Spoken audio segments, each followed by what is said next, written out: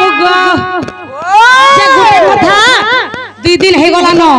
मोर बहु के नारे बोले जाई छन पिला जे मोर बहु के देखले का बोलबो जानि छ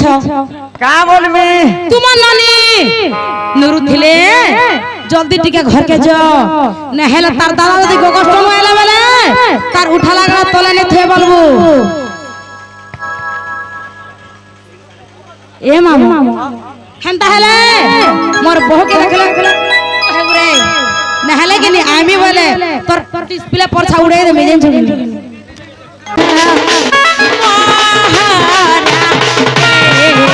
भाई दे रे है के जानो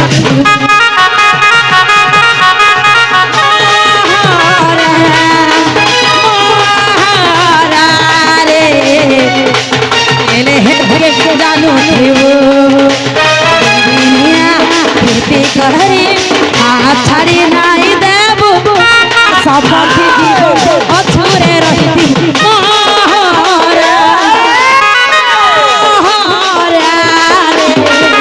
खाई देले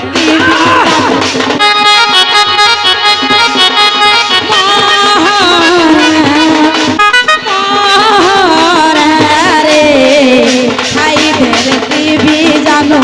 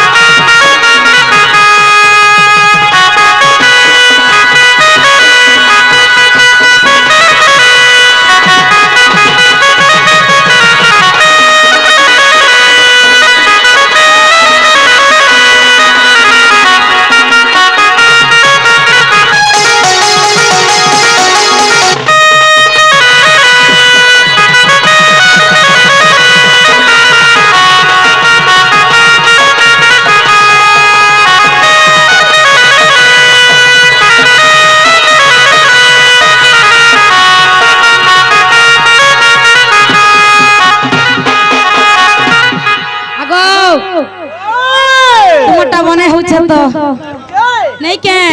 हे तोते भल पाई सारा दुनिया के भूली छमुई पासे पासे थाई एते बहाना करू